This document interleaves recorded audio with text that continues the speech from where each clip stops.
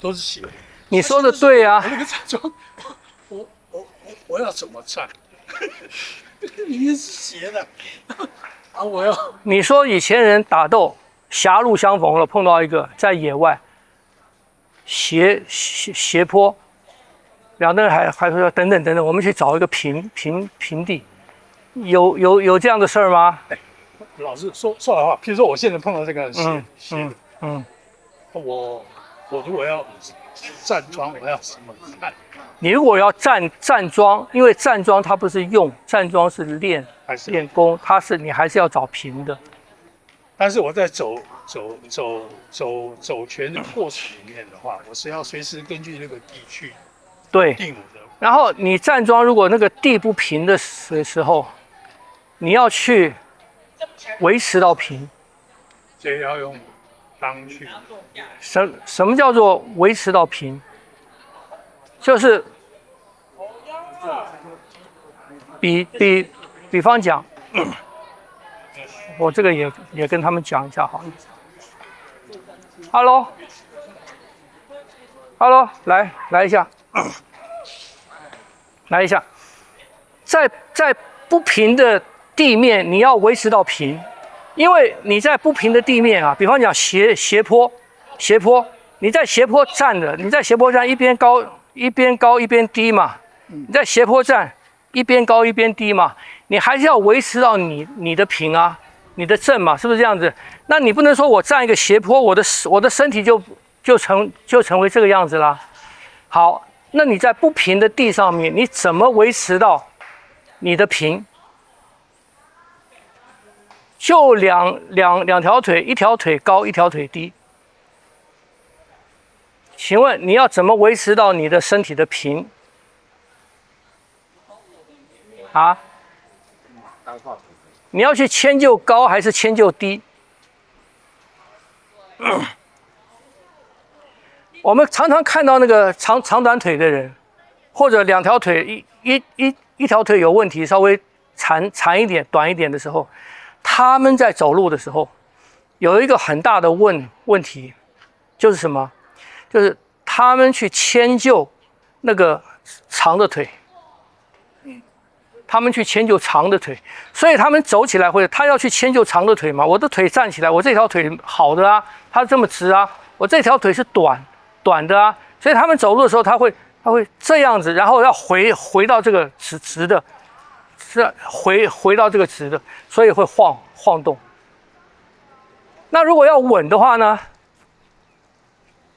是不是长的要去迁就短的？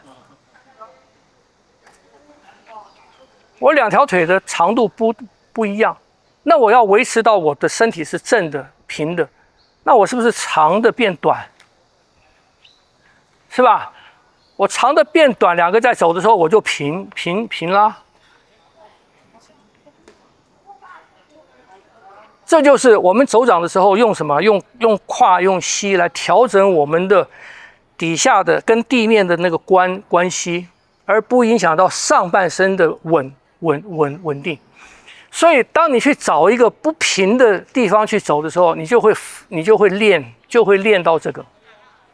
你要去活动的调整你的胯跟膝，用胯跟膝去调整你两条腿的那个高度，而维持到你的上身是正的。这个是需要练的。如果你们的环境里面有这样的地方，你们去用这样的地方练。现在也很难找了，现在很难找有些公园里面有一些吧，比方讲有一些高一点的坎高一点的坎，直的或者圆的，你就一只脚在高一点的地方，一只脚在低一点的地方，然后换，你去保持到你的上身的稳定，你就会知道你要用你的膝跟胯怎么去调整它们，保持到你的骨盆以上是稳定的。晓得吗？这也是一种练法。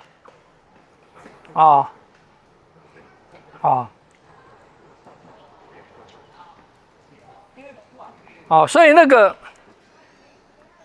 短腿去迁就长腿，短腿去迁就长腿，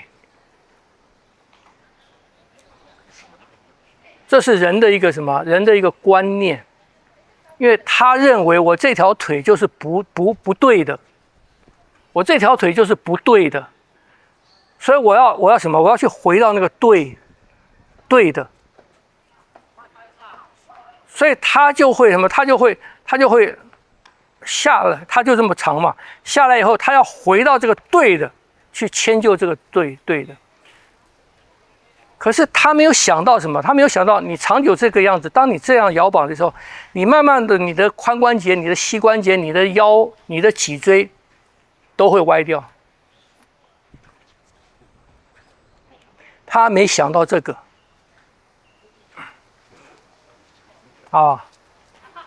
所以想到这个的话，医生啊，或者什么健身的、或者什么，应该要教他们什么？要教他们，你的长腿要去迁就短腿。你慢慢停了，你再起来嘛。你站立了，你站立的再起来。行动的时候，我这个腿是这么短，你的长腿迁就这个短腿，让这个身体是正的，所以我在走的时候是这样，我在走是这样走的，这样走。那怕别人看得很怪啊，是不是？但是正确的应该是这样走。老师刚才这样讲，我就想起那个评剧里面那个演武大郎的人，对，对，他是蹲着，可是他两条腿是一样高，是一样长听不懂？练武也是这个样子，所以你们要找时间去练。你在家里练可以，你可以假设有一条腿短，有一条腿短，一条腿长，你们去试，在这个情况下走掌，听不懂？因为去适应不同的地形你如果在一个斜坡上面跟敌人相遇了，你在一个斜坡上面需要保命了，你怎么办？顺便提一下，你在斜坡上面，比方讲在楼梯间，你在楼梯间遇敌了，你要抢上位还是要抢下位？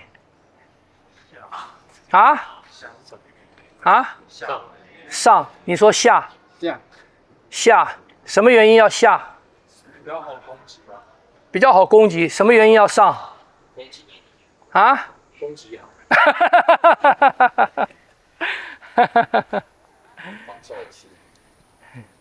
你要抢下位，因为上位的人，第一个你的手很难用了，第二个，当你上要打下的时候，你的重心就倾斜了。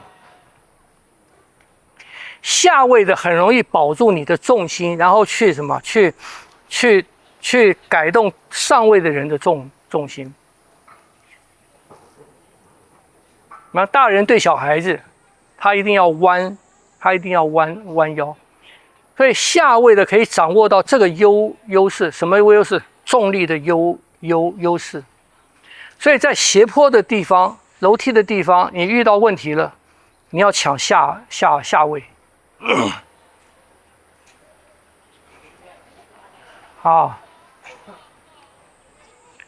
你在上位会受到很多的限制。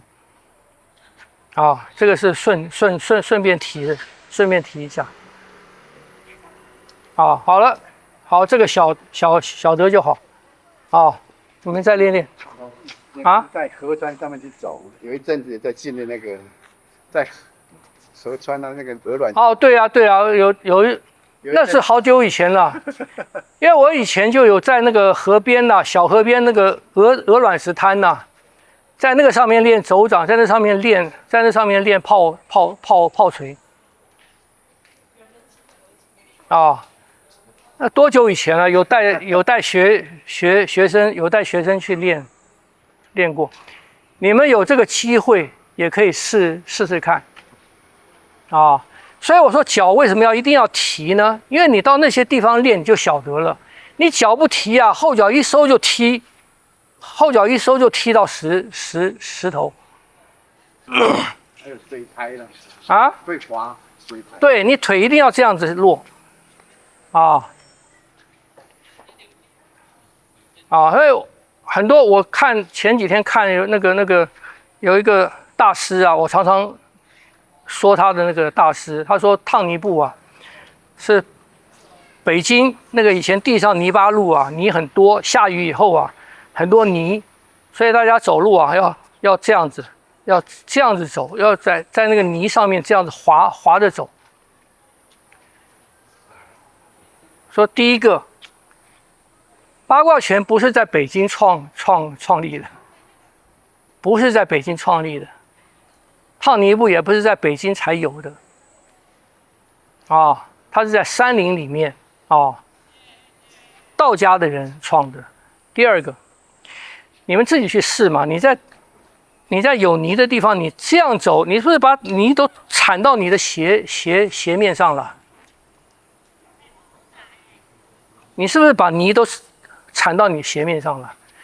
而且你在那些滑的地方走，你如果是这样子，你看，你如果是这样子的时候，你这个脚一落，你的后脚马上滑倒。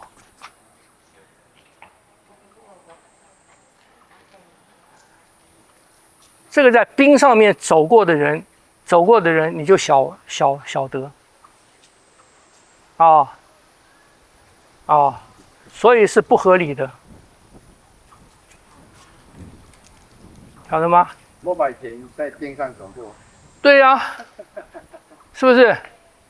你在冰上你可以这样走吗？有步有变小，然后对，所以我们走八卦是小步，力量一定是往下去的，一步一脚印这样子的。尤其有雪的话，是不是？所以我们的力量在什么？在拔，在抽胯，在抽胯，在拔，用的是这个力量，是这个步。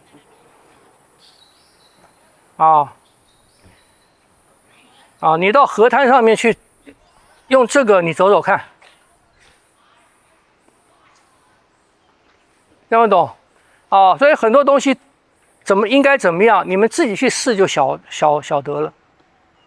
自己去试就晓得了。它不是在20世纪，它不是在今天创的东西。如果是在18世纪创的，你想象回到18世纪的环境，他们遇到的是什么环境？所以什么样的动作对他们的环境是合理的？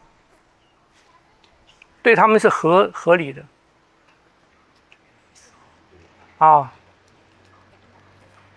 所以这个都很容易辨明的。你们有去过欧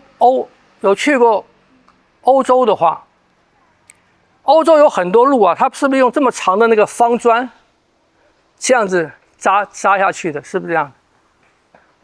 它不是平的，它不是平的，它有高有低。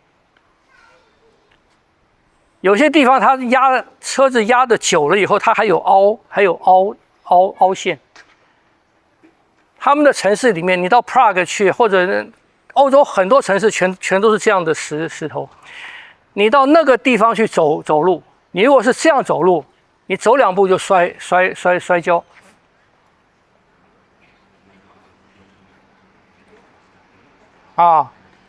所以那种环境，地不平的环境，不会产生出这样的步的。